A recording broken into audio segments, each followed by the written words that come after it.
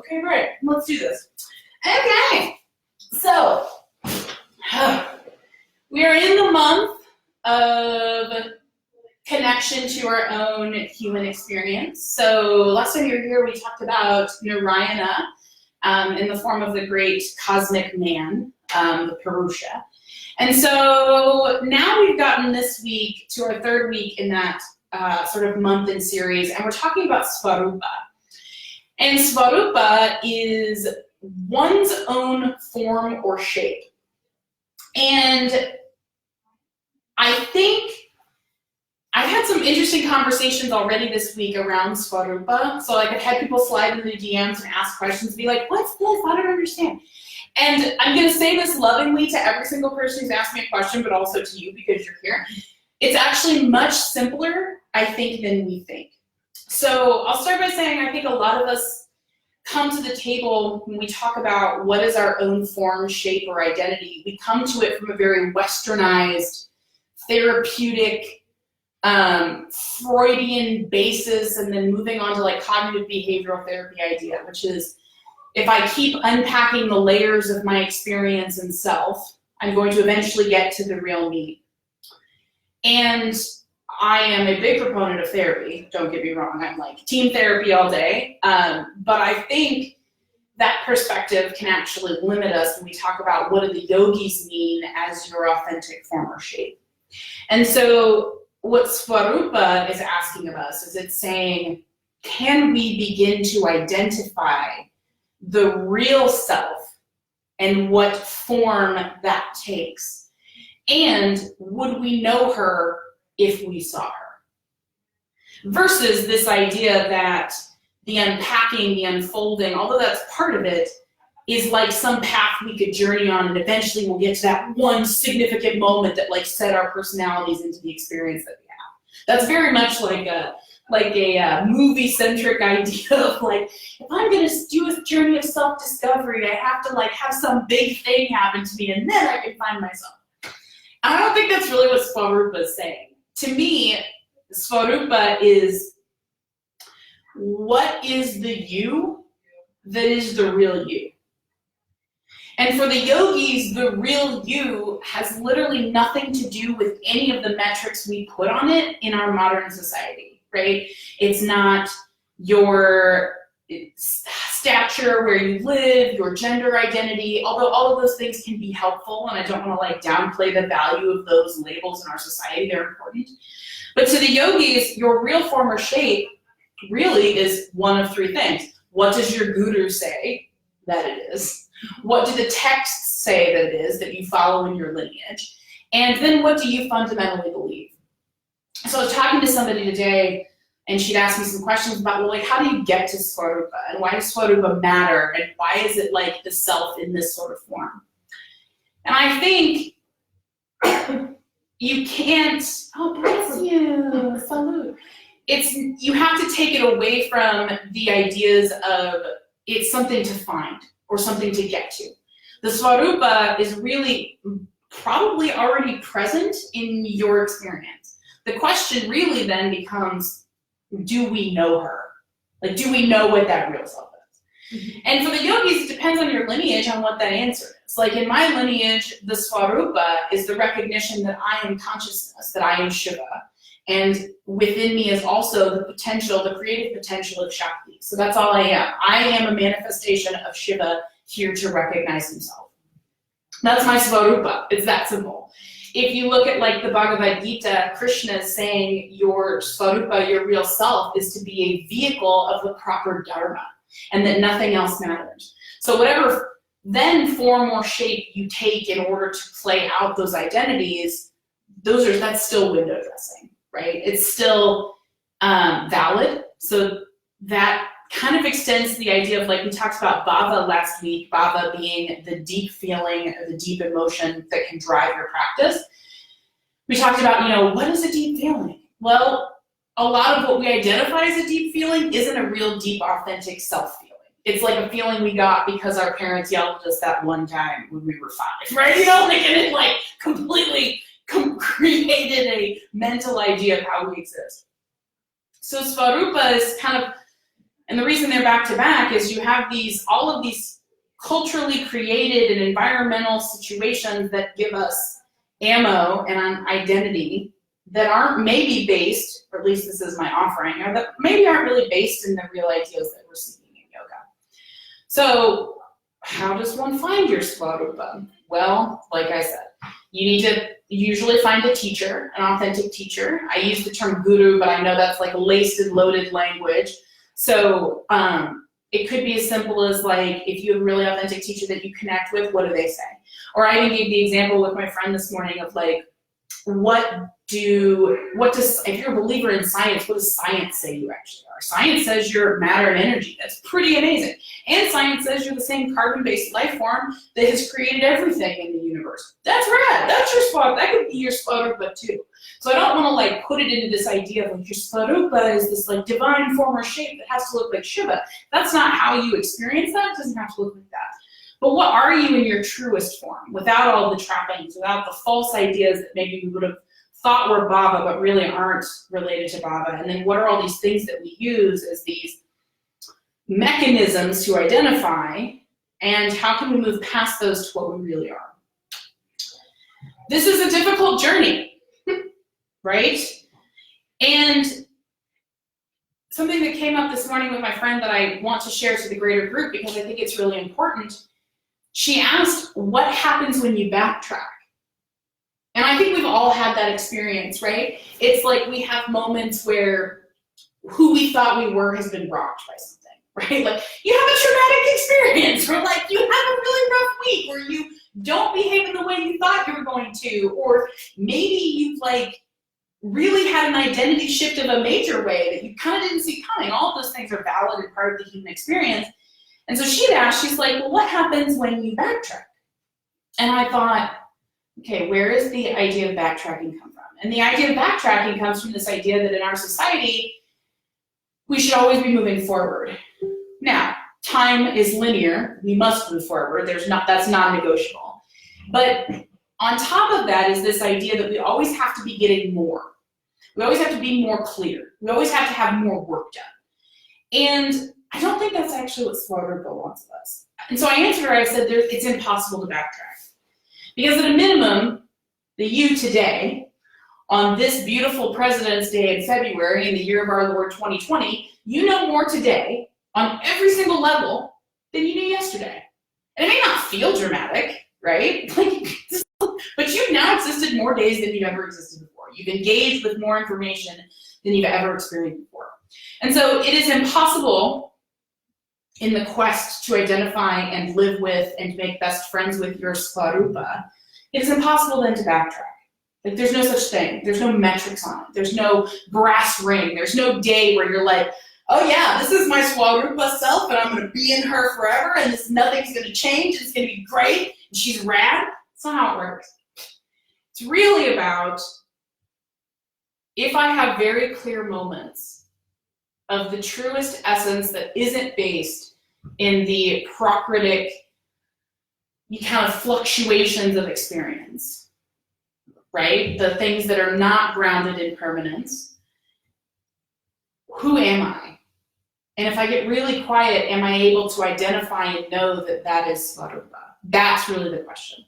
And the question is, can you create time and space to practice that, right? Like, that's all it's asking us to do. Like, you'll never get a crown. Like, I super wish that, like, the day we find our Svarupa, like, Beyonce would come out of a cloud being carried by butterflies and she, like, crowns you on the head with some kind of, like, rad tiara.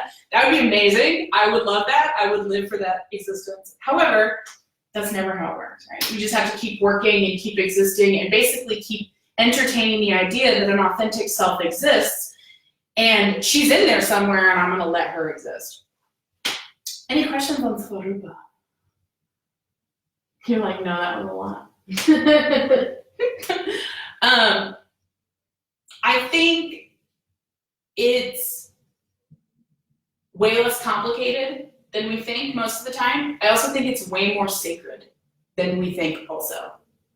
We get so tied into very fleeting ideas of ourself and personhood that I think we forget that underneath all of it is a being that is infinitely divine.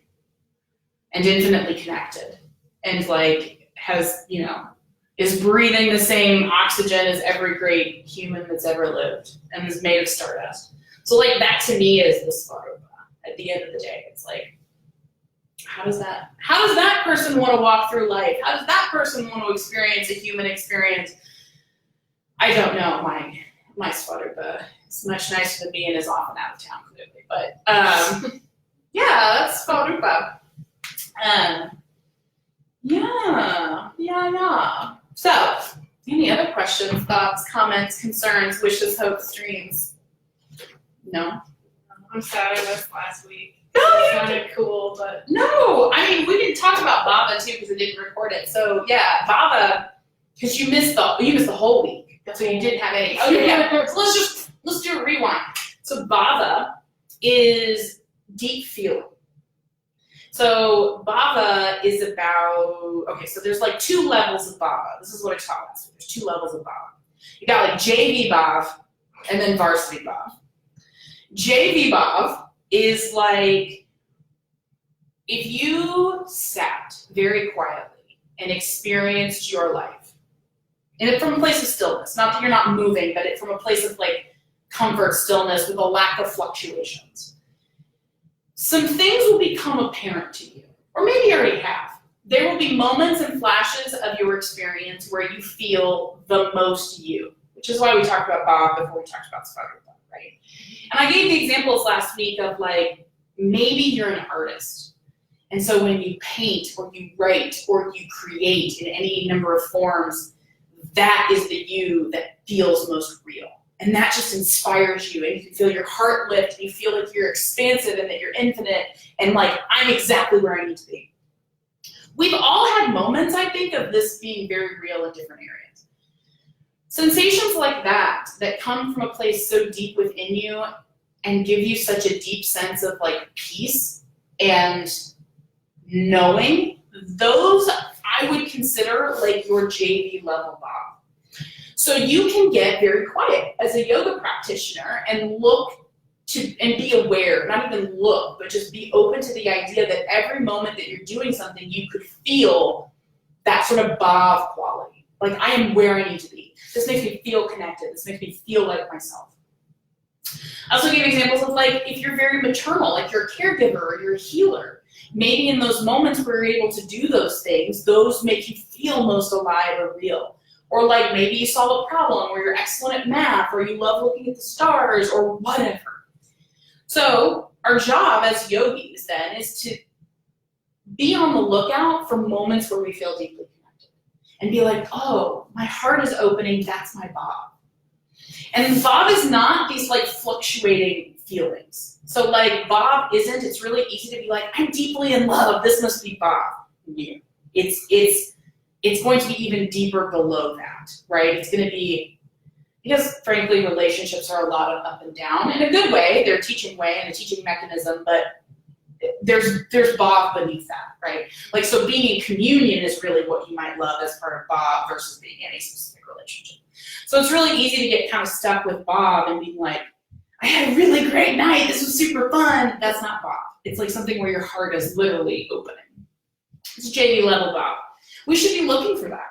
We should be looking for moments of deep connection where we feel the hints of what might be our Svarupa, our real self. Like, who am I when everything's quiet and there are no fluctuations? Great teachers, Anandamayi Ma, a really amazing saint, spoke about Bhav and Bava a lot. So I kind of go like with her line of thinking when I talk about Bhav, and it's like, she encourages you, after you kind of found JV level Bhav, to look at varsity level Bhav. And varsity level Bhav is like, your teacher has given you a Bhav to cultivate. So cultivate an air of devotion, or cultivate an air of surrender, or cultivate an air of being of service. So once you get to the point where you can entertain the feelings of Bhav, of those deep, core soul level feelings. The next level, the harder level, is to start saying, I'm going to cultivate this Bhav in everything I do. So you go from being a finder of Bhav, right? Like a Bhav detective, to a Bob creator. And that can take a lot of work, because the idea is, even if you're in the hardest thing you've ever done or the hardest experience you've ever done, within you is the capacity to create these deep feelings that can guide the experience you're having, but it takes a lot of work. Like people who say, like, with no irony and with no bypassing, that's the other ticket too, right? Like you can't do this from a flippant place. It has to be like, let's say you're having a really difficult time of your life. How can you cultivate an air of, I'm going to surrender to the divine? It can be really a big ask. It can be really hard. So that's why it's like the higher level of Bob that we're looking for. The reason I teach the two together, or we are looking at the two together, is because one can often show you the other. Right? So the idea is, if you have both of these ideas in your toolkit, if you look for Bob, your Svarupa may be nearby, or you might have an instinct about it or get some kind of clarity about it. Or even more simply, if you just entertain the ideas that both concepts exist, you're open to receiving them, to receiving the wisdom from them. And I think that's like super, super important. And to me, I believe, this is my belief teaching, so I'm not like, this is nobody who's much smarter than me. In my belief teaching, my Bob has been when I can get moments of my deep connection or my divinity, that's where I know I'm close to my Svarupa. So that's kind of how my own practice has evolved. And they're not easy. They're not easy concepts, right? Because it's really easy to get distracted. It's really easy to get pulled into like the day-to-day stuff. But yeah, that's Bob. So, and I don't love, I said this too last week, I don't want anyone to think that both of these ideas have to be related to yoga practice either. They are related to practice, that is true. But it doesn't even have to be like asana practice. It could be meditation, it could simply be using the yogic tools, it could be simply following sacred texts, whatever that means to you. But I don't think they have to live in the world of just yoga. So like, I don't want, like some people are like, well yeah, that bliss I feel at the end of yoga practice must be my Bob and my Svarupa. Maybe, but also maybe not. So it can exist around in the spectrum of things. But yeah, that's Bob. Cultivate your Bob, children, that is the goal. So especially when you're undertaking like sacred practice, like if you're chanting, you're praying, you're meditating, puja, whatever you're doing, the global you, right? Bob is very important.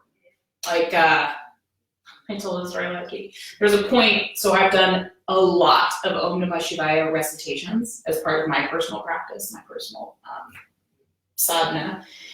A lot, so 500,000, a lot. And I'm trying for 1 million, so who knows how long that'll take me. What is that? So when you do japa meditation, you know how you see like malas? When people count on a mala or recite on a mala, they're often doing what's called japa meditation, which is you have a mantra. So mine is Om Namah Shivaya. And you count the recitations as your practice. And it's in my lineage and like some lineage, also additional lineages, there's particular numbers where you're considered to have gotten siddhi, which is mastery basically of the mantra. So the mantra stops being external to you, it becomes internalized, becomes part of your soul. Your mind is very right, but this is like what the belief system is. So for me, the first benchmark was like I did 500,000 recitations of Om Namah Shivaya. So I chanted Om Namah Shivaya 500,000 times. And there was a point, probably in like, so it took me a year, less than a year, it didn't take me a full year, but in like July of last year, where I was like angry. Like I was like, Om Namah Shivaya, Om Namah Shivaya. Like I was mad, like it was irrational. I was getting so angry every time, like I was like sitting down and chant, I'm like, chanting sucks. And I mean, part of it's like your own, like samskaras are coming up and like a bunch of feelings are coming up and like your practice is reflective of how you're existing in the world at that time. And my teacher was like, you need to be nicer when you cultivate, when you chant Om Namah Shivaya because your Bob isn't there. And so when you're doing a really hard practice, if your Bob, that deep feeling, is angry, you're doing practice with the wrong Bob. So then the issue compounds. So this is where Bob becomes very important.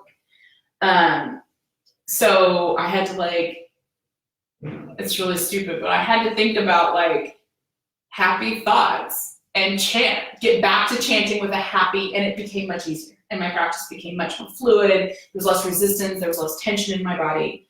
And the shift of my ownership of the mantra then became clear. Like after a little while, like I could play Om Namah Shivaya or run chants with people in the room and they would be like moved because I had changed the bhav.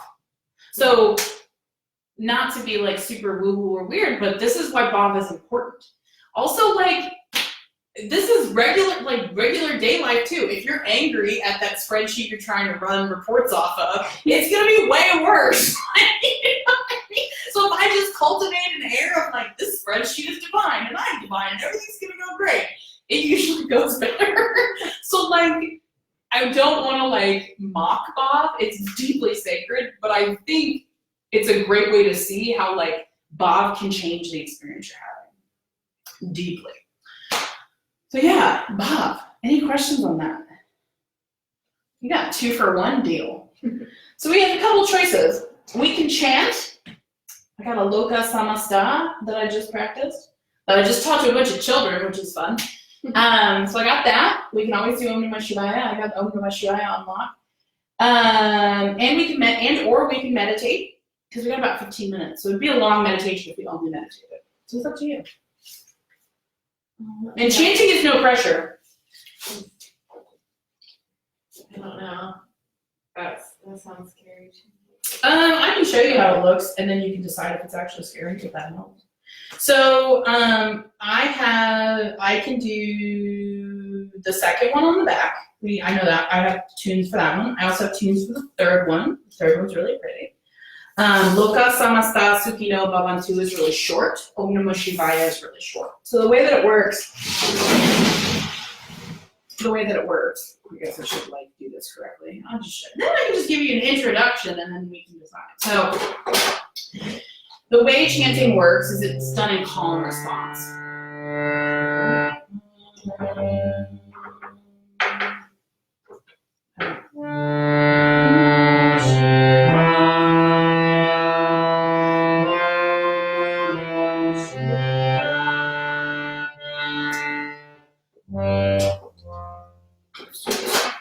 So basically, the way chanting works. So I'll give you an introduction. So this is a practice, we'll call this kirtan, although it's not an official kirtan.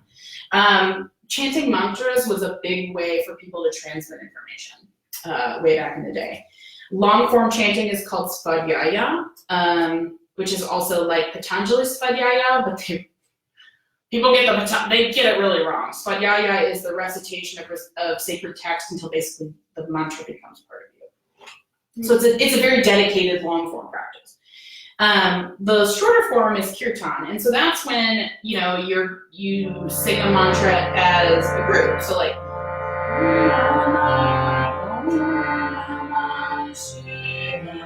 that sounds terrible. Oh, that's so weird. Sometimes it's like I haven't played things in a while, and you're like, why do you sound bad? So yeah, so like Om Namah Shivaya, you as the leader would sing, and then the person repeats it back. So it's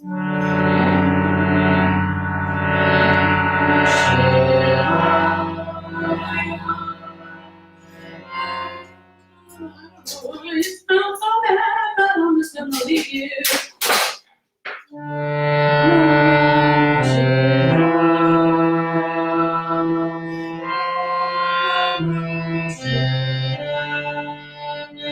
And then the person would repeat it back. So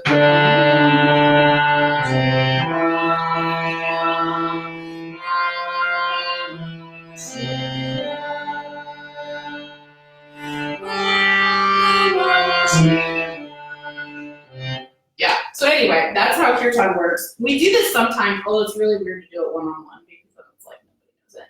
But yeah, so like the mantra, the second one, you'll just get the whole hot take. That'll be next month's mantra, so you're seeing kind of like a intro.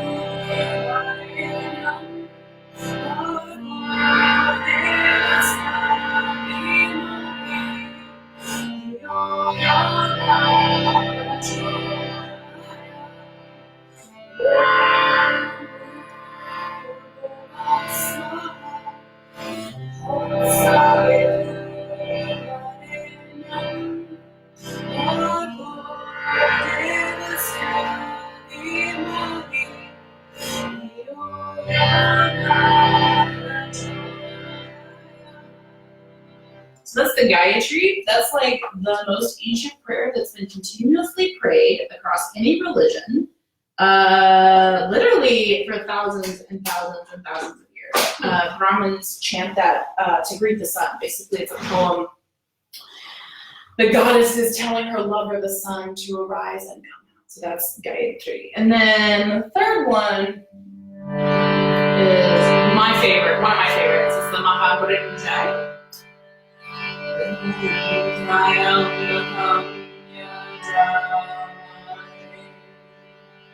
Sugandhim Pushtivam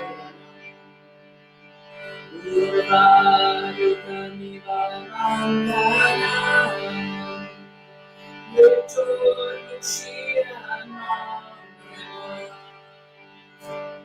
Om Triambakam Yajamamahe Sugandhim Pushtivam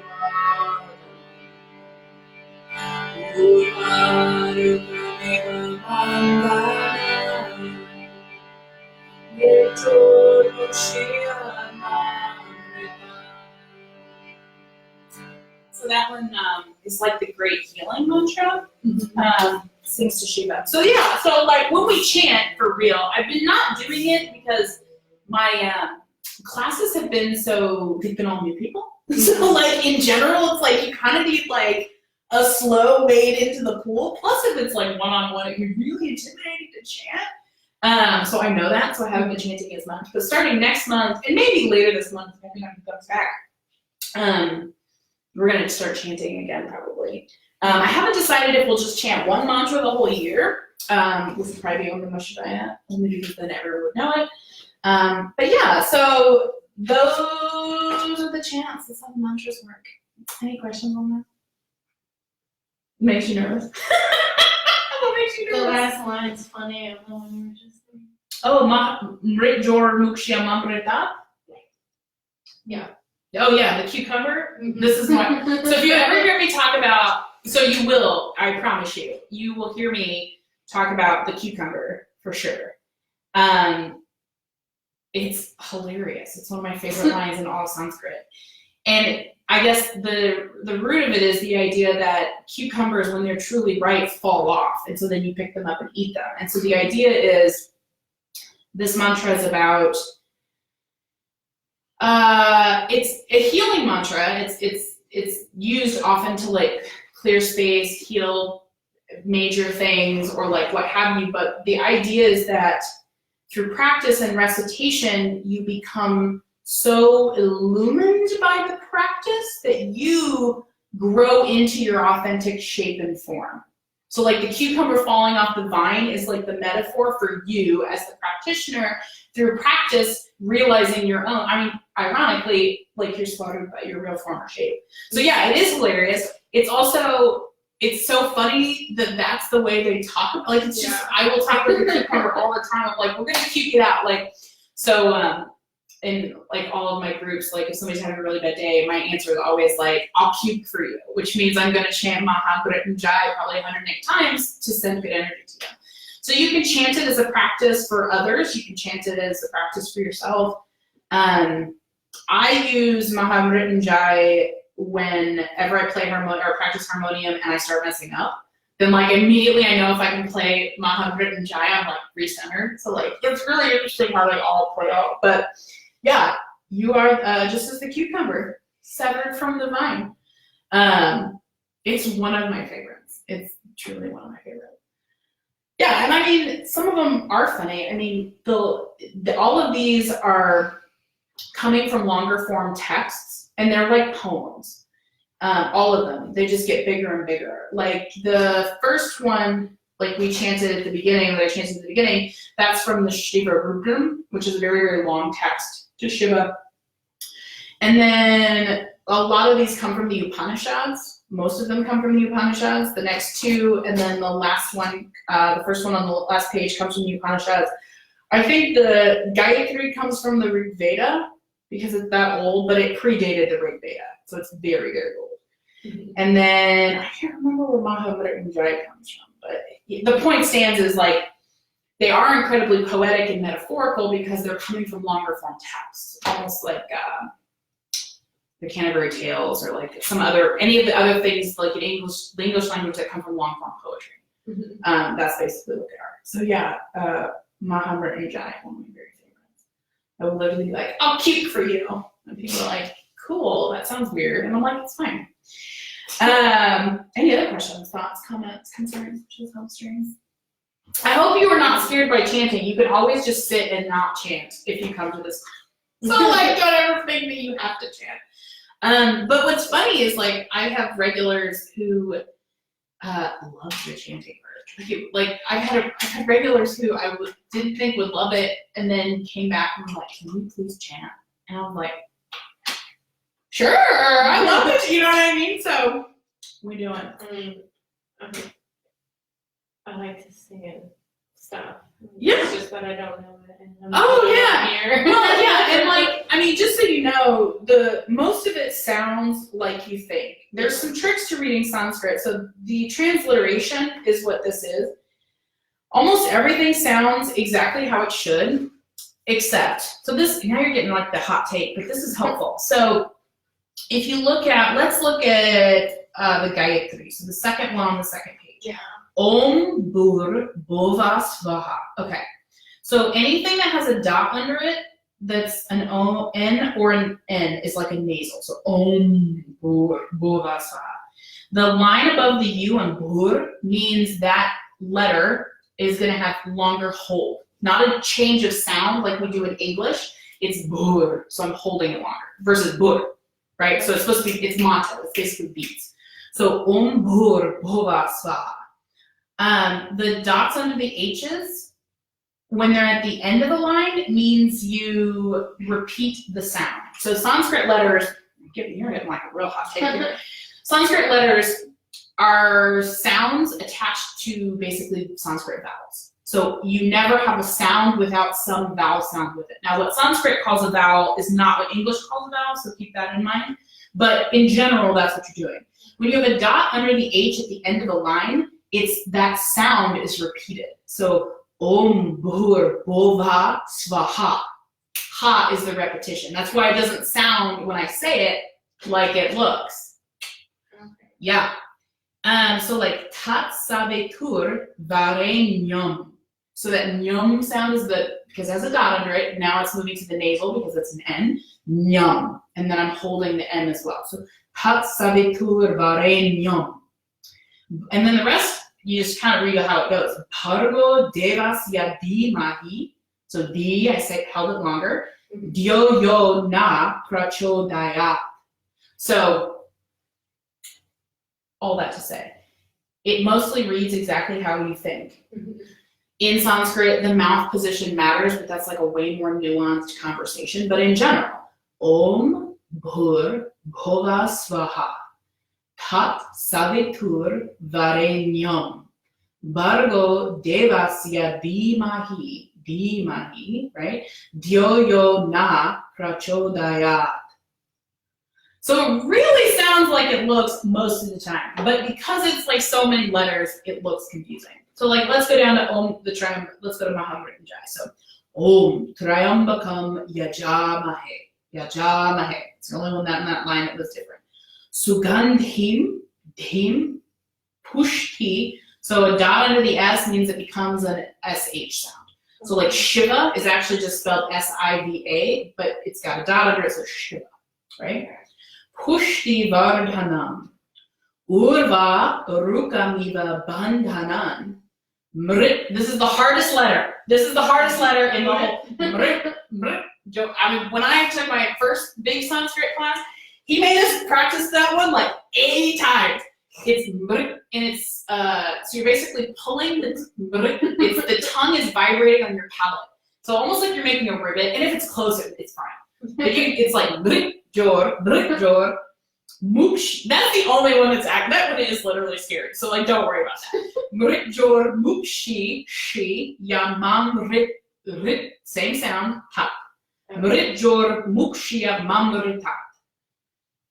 And if it's close, here's the other thing. Hot take for all my folks watching at home too. Shiva doesn't care. Like, if you're close and you're trying and like you're earnestly not co-opting or thieving, which is not what we're doing here, like if it's close, great.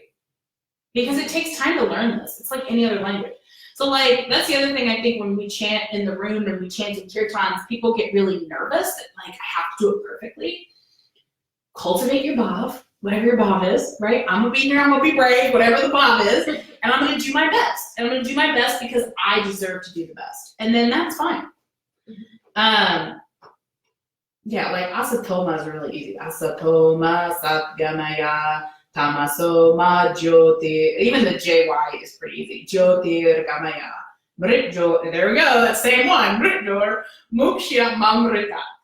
Or ma amrita gamaya. So, yeah. So and the second one. Yeah. The mantra, Yeah. the last word in the second one makes like a cho. Was that right? In the on the first page or second page? The second. Okay. So the second om prachodaya. Yeah. Oh, so yes, C's make a ch sound. I should have told you that, but I just assumed. Yeah. Prachodaya. Cho. Yeah. There's no. The only ka sound in Sanskrit is a k, Okay. which is actually easier than English, in that sort of sense. So it's pracho. Every C is a ch. Okay. Prachodayat. Yeah. So like if you look at where's another example?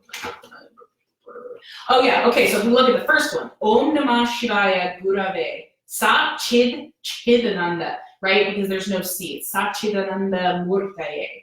Nish Prapanchaya Shantaya Niralambaya Tejase. Yeah, here, I'm gonna turn the video off so you can practice it, because I think you will get it and you can hear it. I know you don't want to do it because it's on Facebook. Okay, we love you. Bye.